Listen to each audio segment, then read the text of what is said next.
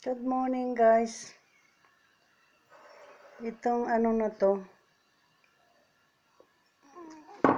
camera, kapag nag-press ka na ng record, hindi mo na siya mabaliktad pag naka-record na. I-share ko lang sa inyo ngayon yung update sang tanim ko dito sa paligid ng bahay.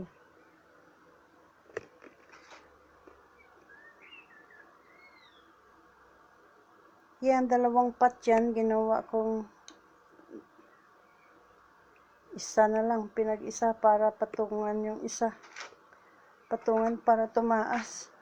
Kasi maganda kasi yung pot na mataas. Ayan naman. Sinabit ko dyan. Sa ano ko na sinabit dito. Kasi nga itong pot na to walang yung saluran sang tubig. Kailangan ko ito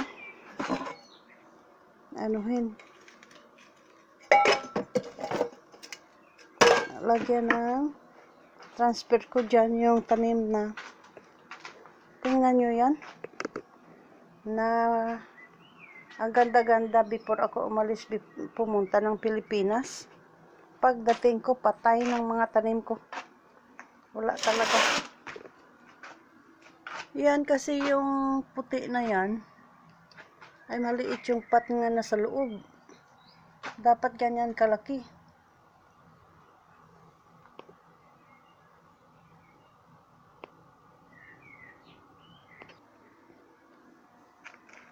Yan nag-start na yan mamumulaklak nung paalis ako.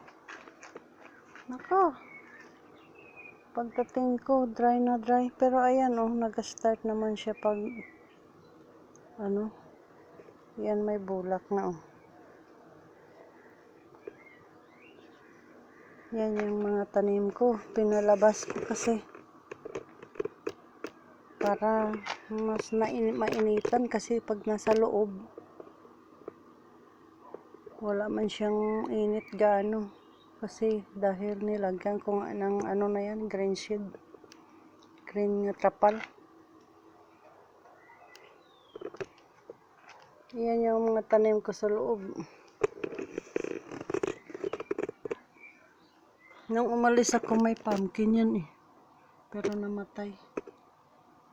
Pero ngayon ang nakalagay dyan yung onion. May 2 onion dyan. Ako na tinanim.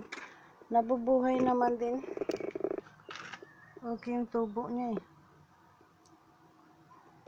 Pero iyan, kailangan ko talaga yan i-transfer sa malaking pot.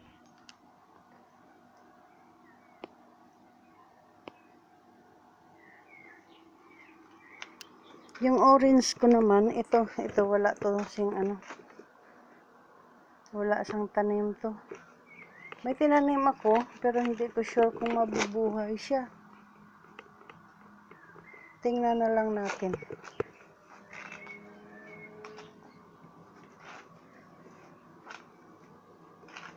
Ito, rhododendron na pink. Maganda yan pag namumulak. Mayroon ako dyan tinanim dati, pero namatay. Yung ba yun? Nakalimutan kong pangalan niya. Magnolia. Mga pink din. Matapang na pagka-pink. Pero namatay. Ito naman ay to. Maganda tong bulaklak niya Ano kaya tong pangalan niya? Myrtle, Nga pink. Yang lemon ko na yan. Namumulaklak Nung dumating ako, hindi pa masyado marami ang bulaklak niya. Pero, nagkaroon ng lemon. bunga. Pero maliliit, hindi ko tinanggal. Ayan o. Ganyan kaliit. O, tingnan nyo. Na ano, natatanggal.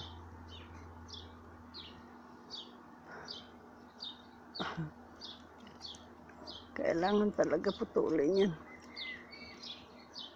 Mamaya lang kuha ko ng cutter. Hindi ko pinangtanggal pero mayroon siyang mga ano malaki. Nagkatanggal yung ano yung maliliit na ano. Ito. May lemon naman din siya sa loob. Kaso lang maliliit. Yan naman kahapon. Tintransfer ko yan siya. Diyan sa malaking pot. Kasi mukhang ang pot ng tinaniman ko kasi yan lang kaliit. Ang liit-liit, diba? So ngayon, nandyan na siya. Kasi mukhang pabulaklak na eh. Pink din yan. Light pink. Pero mayroon yan katabi doon sa kintingan ko, sa dinadaanan ko. Mayroong matapang na pink. Kaso lang, yung may-ari, kinating nila lahat. Ewan ko bakit ayaw nila. Dahil malaki na kasi masyado yung tanim na yun eh. Kasi sa gabal sa koral nila, kung baga, nasa loob kasi ng ano, pins nila. Ay kung ano nasisira siguro yung pins nila, yung coral nila kasi nga masyado ng malaki. So ngayon, pag lumabas yung bulaklak niyan, i-share ko sa inyo. Yan ay 1988 ko pa itong natanim. Yan o. Aywan ko. Na-over yata katubig. Kaya naluo yung puno niya. Kaya nilipat ko siya dito. Kaya ang ano na yan, kung ano man tinanggal ko dyan, nilipat ko dyan. Kaya tingnan na lang natin. Yan. Fertile din yan. Cutting ko lang yan. Buhay na buhay yan nung umalis ako. Eh walang nagdidilig eh. Siyempre busy man kasi si Adam. May trabaho din. Alis ng umaga kasi ka-start niya lang sa contract niya. Sa kontrata ng bago niyang pinasukan. Darating gabi, di siyempre wala talagang magano. Ito naman yung aselya ko, yan na lang natira. Nabuhay sana. Yung kabila lang nagkaroon ng dahon, yung kabila hindi. Pero nag-start naman mag-itim, oh. Kailangan ko yata talaga ilagay doon sa init. Kasi yung tanim na yan, mas gusto ang init.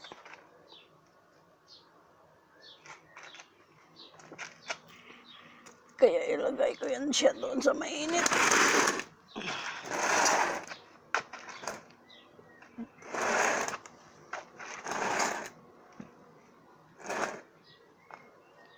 Mayroon nga akong ano, nang dumating ako. Yan ay parang dry na rin yung tanim na yan. Mabuti at parang naka-survive siya.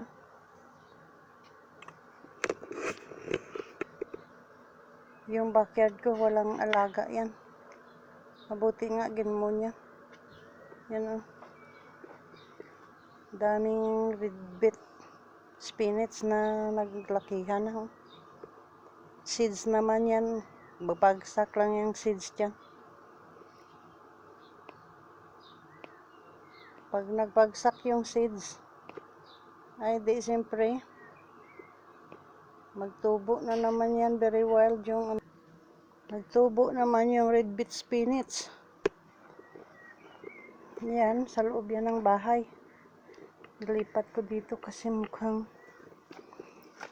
hindi maganda yung tubo niya eh. nung umalis ako, yan, ang pine tree ko lumalaki na talaga. Maliit lang yan na binili ko. Ito, mamatay, halos mamatay na rin to. Yung ibang branch niya namatay. Tapos naman, ito, meron ito, ano na eh. Hindi ko sure lemon ba ito o ano, orange fruit. Kasi iyan, dwarf yan. Pero itong ibang mga tinanim ko, hindi yan dwarf. Kasi yung mga binibili ko ba, tinatanim ko. Yan, bakit na-over siguro katubig, nag-itim yung ano niya. Oh. Nag-itim-itim yung dahon niya, parang katulad yan. Oh. Nag-itim-itim. Anong gawin ko? Ilayo ko siya dyan. Kasi may ano yan eh, may disease. Yung tanim na yan. Kaya ganun siguro, nag-itim-itim.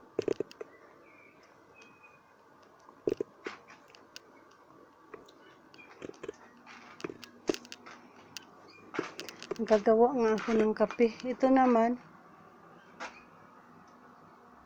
putol-putol lang yan. Na galing sa isa kong pot doon sa front. Putol-putol kasi nga dahil sa winter. Ay, oo. So yung kung anong naputol, pinunta at nilagay ko dyan, tinanim. Mabuti naman, ayan, okay naman ang tubo niya. Ito naman, oh, ganda ng ano ko. Ang aking tanim. Itong tanim na to, ay, bakit naputol? Naputol siya, oh.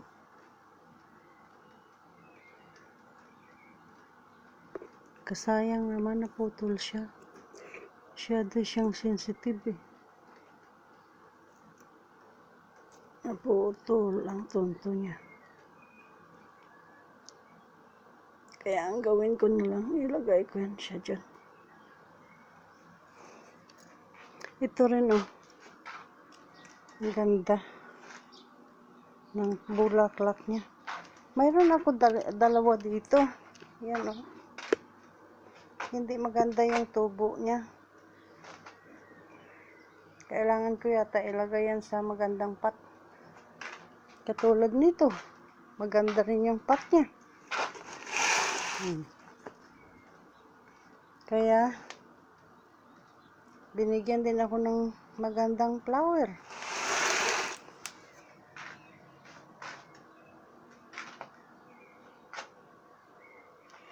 Ito naman,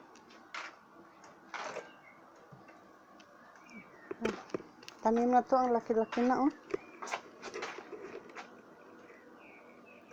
Grabe na.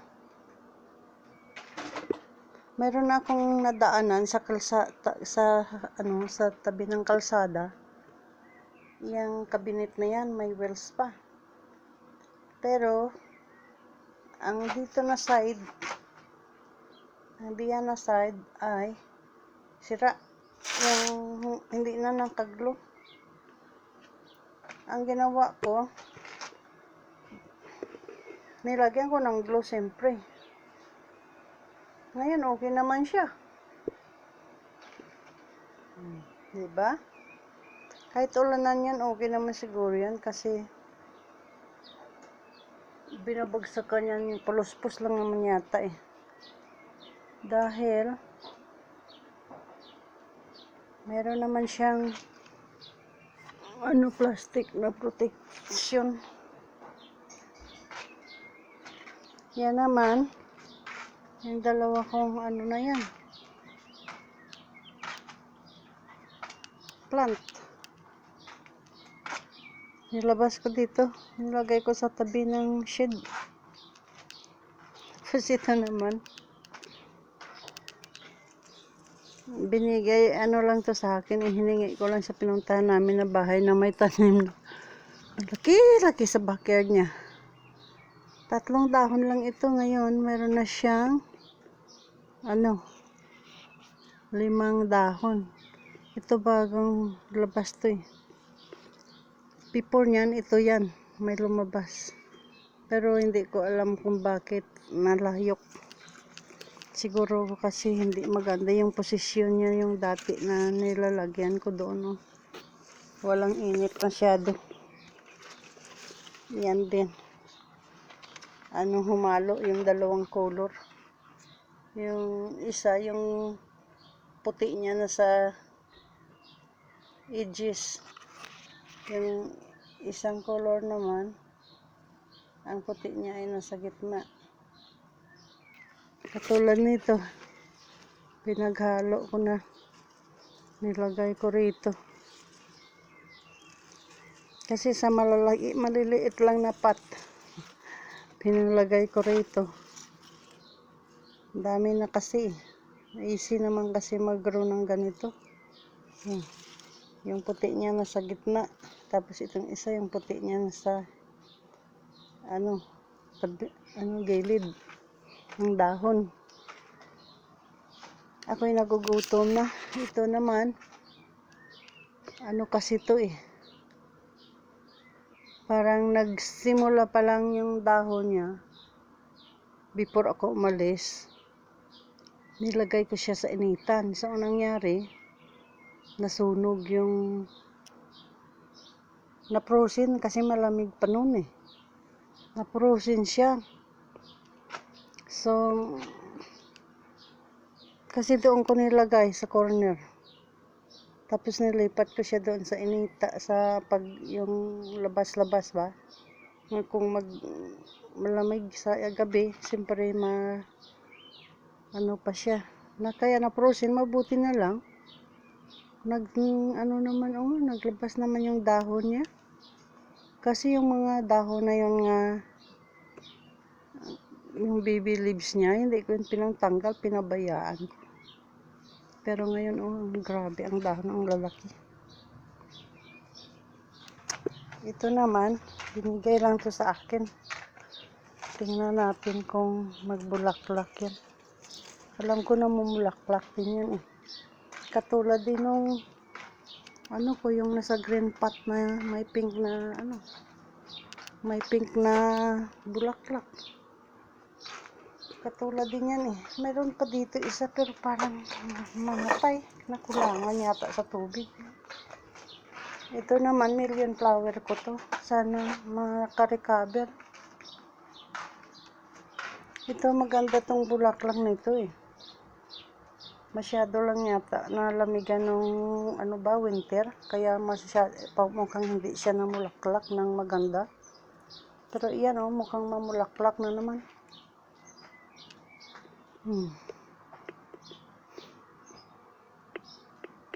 Ito yung tanim ko naman na nasa hangin. Okay naman siya.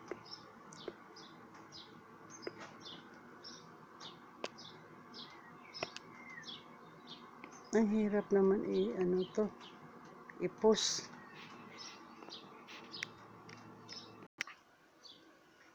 Yan yung fortune na plant ko. One more spider plant. Ito din, more of this. Ang pangalan nito? Preciosa Deliciosa. Ewan ko kasi maliit to eh. Kaya isa yung doon sa labas ko. Yung sa labas ko kasi, yun eh. Malalaki ang dahon. Yung doon ko sa labas. Malapit sa, ng shade. Ayan. Kaiguan ko. Every time na lang mag-winter, marami akong tanim na namamatay. Pero ito ang ganda ng minarkot ko lang to eh. Malaki na. Ito mabuti nga nakasurvive sa winter. Kaya pala nagputi-puti. Kasi, yung tubig nga, lagyan ko ng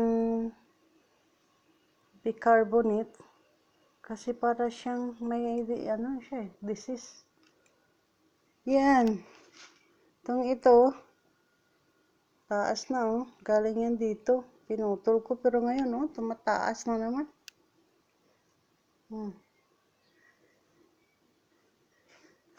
Ito oh, tubig lang to.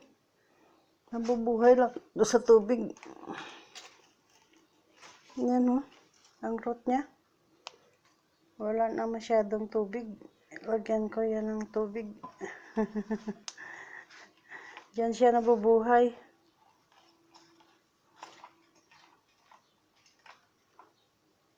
Ito, mukhang mamamatay oh.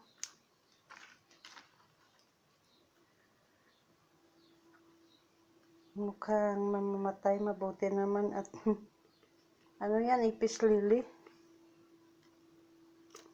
Buti naman naglalabasan yung ano niya oh, na-over kabuter. Pag alis ko yata, matubigan ko ng marami. Kaya tinanggal ko yung may ano pala sa ilalim. May chupon, cover. Ito naman, yung laki ko to ng pinakamataas yung fortune. Ano, na matay na frozen, pinabayaan ko doon sa labas. Ay, mabuti naman at magpaningil. Katulad yan. Yung isa ko yan na pinabayaan ko rin doon sa labas. Nagkalayok yung ano, nasunog yung dahon niya sa ano, sa lamig. Ay, ito naman, i-transfer ko to sa malalaking pot. Kasi malait lang yung pot niya eh. Yan oh, matagal na yan, ganyan yung pot niya. Kaya hindi rin lumalaki. Parang hindi na nga maganda yung tubo niya. Ito naman, okay naman yung tubo niya dyan oh. Tapos ito naman yung sa malaking pot ko. Mayroon akong onion dyan. Ito, maganda din yan. Nagustuhan ko. Ayan oh, mahaba na yung dahon niya. Kaya pag maghaba na yung dahon niya, ilipat ko yan siya sa mataas na posisyon dyan, siguro sa taas. Yan, okay din yan. Maganda din yan. Ganon din yan oh. Money yan yata. Money tree din yata nila tawagan yan. Ito naman, 2 piraso lang to eh. Yan dyan sa gitna na yan. Yung may taliwis at saka yung ano, may iksi. Yan lang yan. Yung 2 yan. Ngayon, tingnan nyo yan. Talagang dami na. Ay, bilot na yan. Ito naman parang mahirap pa, palaging may, nalayok na dahon. Ito naman, tong peace lily na to, nilagay ko to sa tubig eh. Kasi parang mamatay nga. Pero ngayon, kasi parang hindi rin maganda sa tubig, kaya binalik ko naman siya sa lupa. Yan na naman. At least nagtubo, nagkaroon ng dahon. Ito, binigay din to sa akin sa birthday ko eh. Nung 52 yata ako. O 54. Pero okay pa hanggang ngayon oh. Anyway, hanggang na lang dito yung aking video. Bye for now.